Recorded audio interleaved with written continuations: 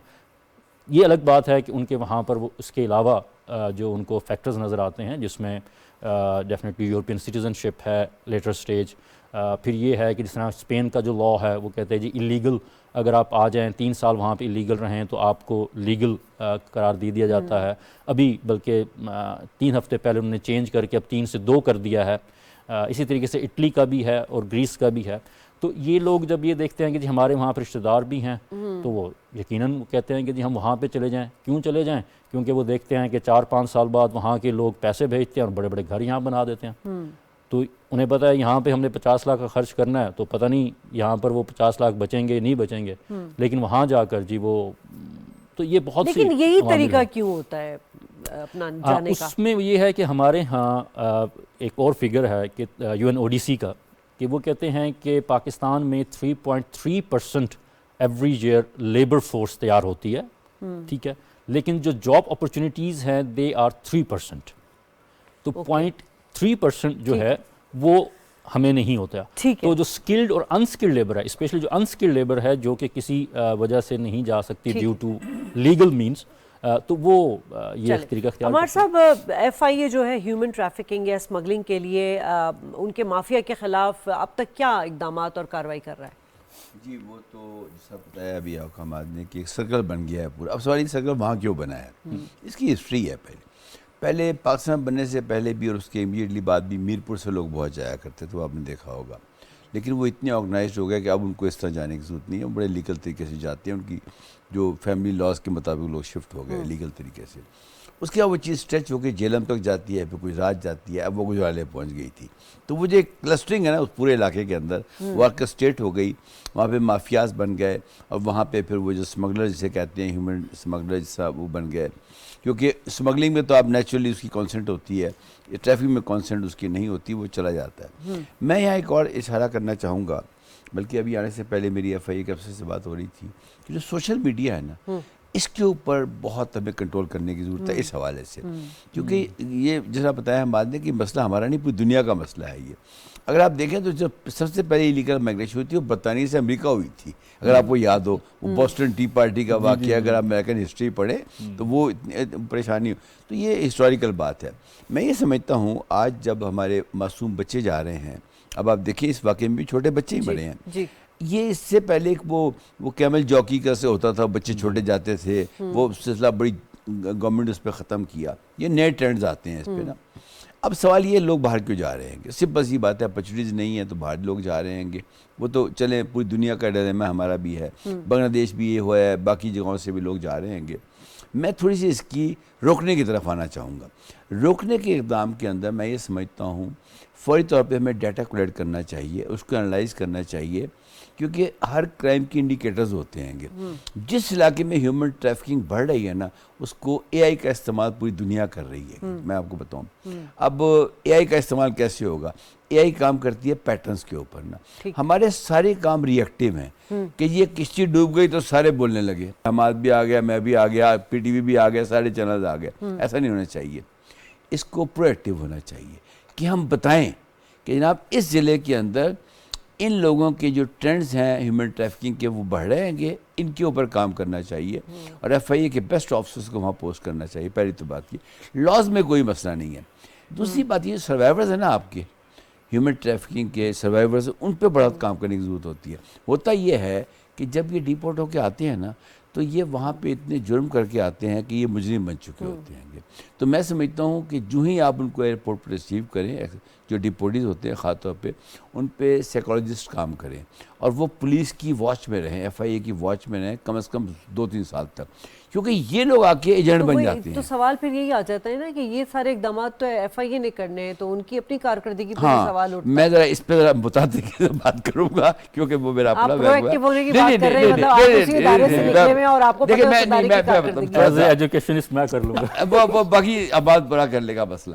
دیکھیں گزارش یہ ہے, جس طرح باقی محکموں میں خرابیاں ہیں وہاں بھی خرابیاں ہیں, تو اس میں ڈیفینڈ نہیں کروں گا ان کو, اور ان کو اپنی پرفارمنس امپروو کرنی چاہیے. میں یہ سمجھتا ہوں کہ اس پروگرام کو آپ صرف 15 منٹ کی ٹاک نہ رکھیں, ایک سیریز چلائیں کہ جی ہیومن اسمگلنگ. نہیں, ہم اکثر اپنے پروگرام ایگزیکٹلی اس کے اوپر میں پھر ادھر آؤں گا. U N O D C کی انہوں نے بات کی ہے, ان کے بڑے آرگنائزڈ پروگرامز ہیں, ٹریننگز ہیں اس کی, لیکن عام طور پہ وہی ہمارے جو بیڈ گورننس کا ایشو ہے, ٹریننگ پہ غور چلا جاتا ہے, ڈیوٹی کسی اور کی لگ جاتی ہے, وہ وہاں پہ دکھیا بیٹھا ہوتا ہے کہ جی وہ میں اب کیا کروں جی, یہاں تو ٹریننگ پہ وہ چلا گیا. اس کے اندر جو سب سے بڑی ضرورت ہے نا, اگر یہ 3 ڈسٹرکٹس کو پکڑتے ہیں ہم, جیلم, آپ اس میں بھی دیکھ لیں جتنے بھی لوگ پکڑے ہیں ایف آئی اے سب اسی علاقے کے لوگ ہیں. اچھا, ان کی نسلیں یہ کام کر رہی ہیں, مزے کی بات یہ نئے نہیں کر رہے, ان کی نسلیں یہ کام کر رہی ہیں, اور باقاعدہ اس طرح ہماد نے بتایا ان کے وہاں نیٹ ورکس کام کر رہے ہیں. سب سے پہلے تو انٹیلیجنس سروسز کو اس میں بیچ میں آنا چاہیے. میں سمجھتا ہوں یہاں پہ ان کے ٹیلی فون مانیٹر کریں, کون کس سے بات کر رہا ہے, اور اگر آپ نے کوئی 10-20 بھی پرو ایکٹیو کام کر لیے نا کہ اچھا بھائی اس بندے نے اب 100 لوگوں سے پیسے لے لیے ہیں, اب یہ بندے بھیجنے والا ہے گا, اور جب وہ بندوں کو باقاعدہ وہ بندے لے کر پہنچتے ہیں اور وہ ان کو کہتے ہیں نا سہولت کار رول ادا کرتے ہیں, اس میں کچھ اندر کے لوگ بھی ہوتے ہیں, باہر کے لوگ بھی ہوتے ہیں. مزے کی بات یہ اکثر کسی میں کافی لوگوں کو پتہ ہوتا ہے کہ یہ باہر جا رہے ہیں, اور یہ ہیومن ٹریفکنگ ہے بیسیکلی. یہ جو خواتین کی ٹریفکنگ ہے, چائنا کے اندر کچھ آپ پتہ کیسز ہوئے تھے, اس کے اندر یہ ہیومن آرگنز کو باقاعدہ وہ سب آپ نے اسکینڈل دیکھا ہوگا. تو یہ جتنے بھی ہماری چیزیں بن رہی ہیں نا, اس کے اوپر ہمیں ڈیٹا جمع کرنا چاہیے ان 3 ضلعوں کے اندر, گجرانوالہ, گجرات اور جیلم. مجھے تو عمار صاحب کے بڑے بچ کے بات کر رہے ہیں, مجھے تو سمجھ آ رہی ہے کہ ایف آئی اے میں بھی ریفارمز کی ضرورت ہے, اور قوانین تو پہلے سے موجود ہیں لیکن ان پہ عمل درآمد کرنے کی ضرورت ہے. آپ کے اپنے ڈپارٹمنٹ میں بہت ساری خامیاں ہیں, بہت سارے لوگ ہیں جن کی, میں نے وہی کہا نا, ان کے سائبر کے اپنے ایشوز ہیں, ہیومن ٹریفکنگ کے اپنے ہیں, بینکنگ کے اپنے ایشوز ہیں. اچھا, ہم اسی ٹاپک پہ آتے ہیں. سب سے پہلے ڈیٹا, میں پھر بتاؤں. اچھا, ڈیٹا انالیٹکس جو ہے نا, میں چاہوں گا ہمارے اس پہ ذرا بات کریں, اچھا بولتے ہیں اس ٹاپک کے اوپر. ڈیٹا کا فائدہ پتہ کیا ہوتا ہے؟ مجھے پتہ ہی نہیں ہے کہ ہمارے ان 3 ضلعوں کے اندر کتنے لوگ بے روزگار ہیں, کتنے پوٹینشیل ٹارگٹس ہیں, کتنوں کی یقین کریں لوگ اپنی زمینیں بیچ کے, اپنے بہنوں کے زیور یعنی کہ چیزیں ماؤں کے زیور بیچ کے نکل جاتے ہیں اس کے اندر, اور پھر پریشان ہوتے ہیں. اب وہ جب وہ اس ایکٹیویٹی میں ہوتا ہے نا, اس وقت پہ نگرانی کی ضرورت ہے. میں کہتا ہوں آپ نے 3-4 گینگ بھی صحیح پکڑ لیے نا کہ بجی ٹھیک ہے. یہ 150 لوگ چلیں تیار احمد، آپ یہ بتائیے کہ اس وقت ایک تو ان کا جواب دے دیجئے کہ ڈیٹا کلیکشن کے حوالے سے، دوسرا یہ کہ جو انسانی اسمگلنگ یا ٹریفکنگ میں جو مافیاز ادارے ملوث، وہ سارے جو نیٹ ورک ملوث ہے، ان کو توڑنے میں کیا مشکلات پیش آ رہی ہیں؟ دیکھیں، سب سے پہلے تو ڈیٹا انالیسس کا یہ بہت ضروری ہے. اس کی وجہ یہ ہوتی ہے کہ جب تک آپ کے پاس صحیح ڈیٹا نہ ہو اس وقت تک آپ کوئی پالیسی نہیں بنا سکتے. آپ جس طرح اب تو یہ اے آئی ہو گیا، جیو انفارمیٹکس ایک بہت بڑا اسٹیبلشڈ یعنی کہ ہمارا ڈسپلن ہو گیا کہ جس میں وہ ایگزیکٹ بتا دیتے ہیں کہ جی اس ایریا میں یہ کچھ ایسا ہونے والا ہے، یا اس ایریا کو ایون فار اربن ڈیولپمنٹ کے لیے وہ استعمال ہوتا ہے. تو اسی طریقے سے جو اب ہمارا ایس ڈی جیز پاکستان نے اڈاپٹ کیا ہوا ہے، اور عمار جعفری صاحب کی تو اکیڈمی ہے پوری، اس میں ایس ڈی جیز 5.2 8.7 اینڈ 16.2 جو ٹارگٹس ہیں وہ اسی سے ریلیونٹ ہیں، اور گورنمنٹ آف پاکستان ان پہ رپورٹس بھی کرتا ہے. تو اگر وہ صحیح ڈیٹا ہوگا تو صحیح رپورٹ جائے گی، اور اس کے بعد پالیسی صحیح بنے گی. اس وقت تک گورنمنٹ کی جو آپ دوسری بات پوچھ رہی ہیں کہ ریفارمز کرنے کے بعد بھی کیا وجوہات ہیں، اب دیکھیں 2018 اور 2020 میں گورنمنٹ نے لا بنائے ہیں. ایک ہے جی prevention of trafficking in person کا، دوسرا ہے پریونشن آف اسمگلنگ، جو ہے وہ 2020 ایکٹ پورا بنا ہے پرسنس کا جو گورنمنٹ آف پاکستان نے، اور اس کے تحت انہوں نے ان کی سزائیں بھی بڑھائی ہیں، 5 سے 7 سال کر دی ہیں، 1 ملین تک انہوں نے جو ہے وہ فائن بھی کیا ہوا ہے. لیکن جو اس کے ساتھ ہے کہ وہ یہ ہے کہ آپ یہ دیکھیں کہ جب یہ لا بنتے ہیں نا اس قسم کے، تو بھلا کیا ہوتا ہے، وہ رکنے کی بجائے نا جو مافیاز ہوتے ہیں نا ان کا ریٹ بڑھ جاتا ہے. یعنی کہ مجھے یاد ہے کہ جب میں 2008 میں اسپین پڑھنے کے لیے گیا تھا M Phil in peace and conflict studies میں، تو وہاں پر جو ہے وہ اس وقت ریٹ 5,000 یورو تھا، اب وہ 10 سے 15,000 یورو ہو اچھا گیا. سر احمد صاحب، ایک بڑا کامن سے سوال یہ ہے کہ دیکھیں اتنی اویئرنیس تو آ گئی ہے، سوشل میڈیا پہ آئے دن پتہ چلتا رہتا ہے، حادثات ہوتے ہیں عام آدمی تک بھی، لیکن کیا وجہ ہوتی ہے کہ جو یہ ریکروٹنگ ایجنٹ ہیں، جو مافیا ہیں، یہ کیسے لوگوں کو ورغلا لیتے ہیں، کیسے پھر بہلا پھسلا لیتے ہیں؟ 2 وجوہات ہیں. ایک تو ان لوگوں کی اپنی ہے، وہ کیا کہ جی ان کا جو ہمسایہ ہے وہ گیا یورپ، سوشل میڈیا ہے، اس نے تصویر بنا لی BMW آؤڈی کے ساتھ، ہی دیکھیں جی میں آیا ہوں، میں نے گاڑی خرید لیا. اور یہ میں آپ کو بات کر رہا ہوں ریسرچ بیسڈ، کیونکہ ہمارے ایک دوست تھے بارسلونا سے، جب میں پڑھ رہا تھا تو انہوں نے اسی پہ ریسرچ کی تھی.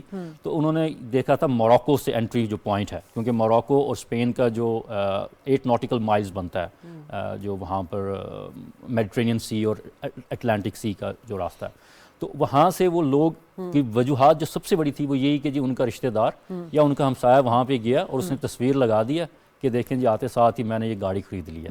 اچھا، اور کچھ اس طرح بھی ہے کہ جن لوگوں نے وہاں محنت کی ہے 3 سال کی ایون الیگل گزارنے کے باوجود وہ یہ کرتے ہیں پیسے بچا بچا کر جب یہاں گھر بھیجتے ہیں تو بہت بڑے گھر بنا دیتے ہیں. آپ بتا دیجیے گا عمار صاحب کہ ابھی FIA نے انسانی اسمگلنگ کے لیے کوئی ہاٹ لائن انہوں نے بنایا تھا، اس میں کتنی کمپلینز آئی ہیں، اس کمپلینز کی روشنی میں کتنے فیصلے لیے گئے، اقدامات کیے گئے؟ اچھا، اس میں گورننس کا ایشو ہے. اس طرح نے 16.2 کی بات کی ہے، میں وہاں سے بات کروں گا. ہمارے نے بڑا مسائل کر دیا، میں سوچ رہا تھا کیسے اس کو بیچ میں لاؤں. SDGs پہ ہم بہت کام کر رہے ہیں. تو میں یہ سمجھتا ہوں کہ جو آپ کا سوال ہے وہ اس سے متعلقہ ہے کہ جی کیا گورننس ایسی ہے. دیکھیں گورننس کی جو ڈیفینیشن ہے، جو یونانی ڈیفینیشن تھی، وہ تھی take the service of the state at the doorstep of the people. اگر یہاں پہ کوئی آدمی جائے کہے کہ میرا بچہ گیا تھا نہیں ملا مجھے، تو جو کچھ ہوتا ہے وہ آپ کو میرے سے بہتر پتہ ہے. پہلی بات تو یہ ہے. میں پھر ریپیٹ کروں گا کہ جتنی خرابیاں پاکستان کے باقی محکموں میں اتنی FIA کے اندر بھی ہیں، کرپشن بھی ہے، سب چیزیں، اس کو دفاع کرنے کو فائدہ نہیں ہے یہاں بیٹھ کے. میں سمجھتا ہوں کہ جو اس وقت اسٹیٹسٹکس ہیں وہ ان کی ویب سائٹ پہ آ رہی ہیں کہ جی اتنے کیس رجسٹر ہوئے. اب ان کی کمپلینٹ یہ ہے کہ جی ہم کیس بنا کے پروسیکیوشن جو بھی ہے نظام ایویڈنس وغیرہ دیتے ہیں کورٹ میں، اور 6 سال اس کے وہ نہیں ہوتے. اب یہ جو سزائیں بتا رہے ہیں بہت زیادہ ہیں، 7 سال 1 ملین جرمانہ، یہ سب چیزیں یہ قانون میں موجود ہیں. لیکن وہ اتنے ریسورسفل لوگ ہوتے ہیں کہ وہ بات آگے چلاتے رہتے ہیں. ٹھیک ہے، اس موقع پہ میں ایک اور کی نشاندہی کروں گا کہ جن کو سزائیں ہونا ان کی تشہیر کی جائے خوب. اور باقاعدہ ٹی وی پہ یہ جو بجائے جو ٹی وی چینل اپنے یہ 4 بندوں کو بٹھا کے لڑوانا شروع کر دیتے ہیں، تو ان سب کو بٹھایا جائے جن کو سزائیں ہوئی ہیں، اور before they go for the jail, اور کہا جائے کہ وہ پھر بتائیں کہ ہم نے یہ کیا تھا. میں یہ سمجھتا ہوں اویئرنیس کا لفظ ہر جگہ بہت پاپولر ہو رہا ہے اس وقت، لیکن اس اویئرنیس کا کوئی فائدہ نہیں ہے اگر وہ اس شخص تک نہیں پہنچے گی جو اس سے افیکٹ ہو رہا ہے گا. ٹھیک، ایک اسٹوڈنٹ ہے وہ پیسہ لیے جیب میں پھر رہا ہے, اس کو تو آدمی قابو کر لے گا اس کو. تو یہ جو آپ کا کوشچن ہے کتنے کیے کیا کیے, یہ تو کسی ایف آئی اے والے کو بلائیں جو سروس میں ہو, وہ فگرز لے کر آئیں, وہ بتا دیں گے آپ کو. میں اتنا سمجھتا ہوں کہ ہماری فگرز بھی ٹھیک نہیں ہیں, let be very frank with you, کیونکہ جتنے کیسز ہیں چل رہے ہیں اس میں کافی ڈسٹورشنز ہیں. ہمیں اپنے پوری گورننس کے نظام میں نا, چلے بڑے اسٹریٹ فارورڈ رہے آپ, اس کا تو میں ایکسٹرا شکریہ ادا کرنا چاہوں گی. عمار صاحب آپ کا, حماد آپ کا بہت شکریہ. ناظرین, یہ جس طرح ہم نے ڈسکس کیا کہ یہ مسئلہ جو یہ گلوبل فنومینا ہے, اس کو عالمی سطح پر ایڈریس کرنے کی ضرورت ہے. رہی پاکستان کے حوالے سے تو بہت سارے قانون بنے ہوئے بھی ہیں, ادارے بھی موجود ہیں. ماضی کی روشنی میں دیکھتے ہوئے نئی حکمت عملی اپنائیں اور سختی سے اس پر عمل درآمد کریں. پروگرام سے اجازت, اللہ نے کے بعد.